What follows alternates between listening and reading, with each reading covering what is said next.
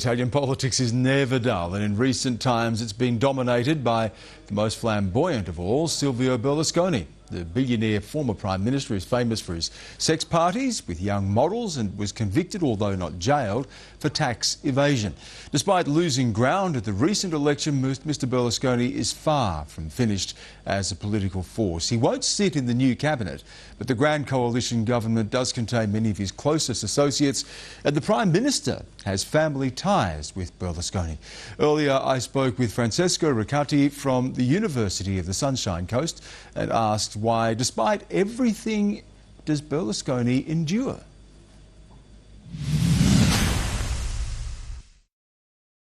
It's a really complex phenomenon. I think it's very hard to understand for Italians as well as people around the world, I think. Overall, I think he has still a lot of influence on a significant number of voters for different reasons, from emotional attachment to the leader, to personal interest, a certain idea of Italy, an ideological hatred for the left. So there are very different reasons why he still attracts a good number of voters. And then, of course, he's really talented in managing those votes to get as much power as possible. Is it also that despite all of the negative headlines, the so-called sexual parties and sex allegations, the tax evasion charges, that despite all of that, people maintain a fondness for him, even someone that they admire? Well, it's a really dividing figure for Italians. You know, there are still people who have loved him for a very long time, who really believe in him as a politician. But I suspect that the majority of Italians are quite tired of the situation and were hoping for a change. But of course the change has not happened, and now, even though he's not going to be in the cabinet, he will still be able to exercise a lot of influence over this new coalition government. How is that? Well, there is no doubt. The election essentially resulted in a parliament divided in three. The centre-left, the centre-right, guided by him, and the new populist movement guided by a former comedian, Beppe Grillo.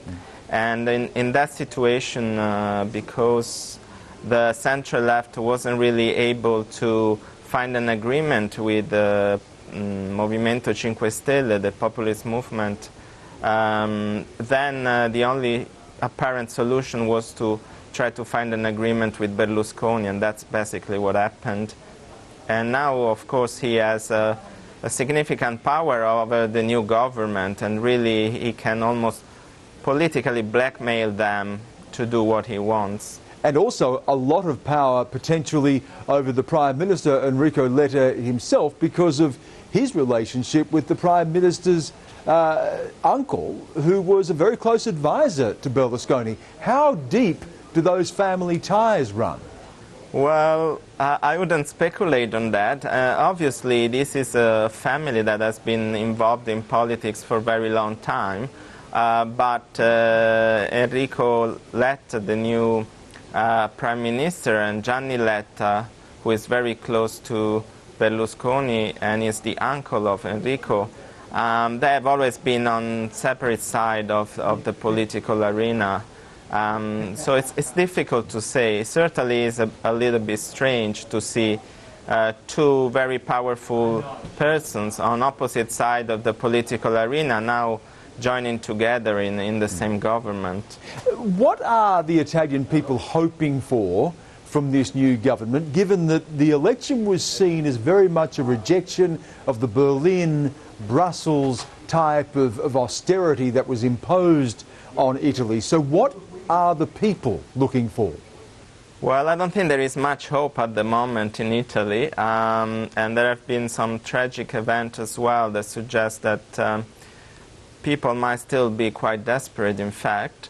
I suspect the hope is that Europe realized that the austerity measures are not really working for the economy of the continent.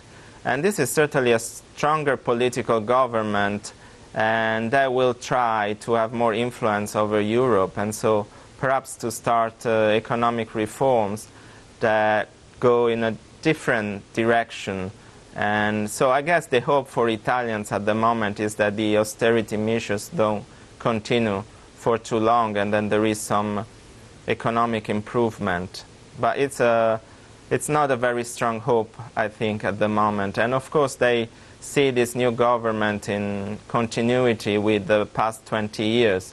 So I think most Italians suspect there won't be significant changes in the immediate future. And just finally, I suppose, when you talk about alternatives to the austerity measures, what exactly could those alternatives be?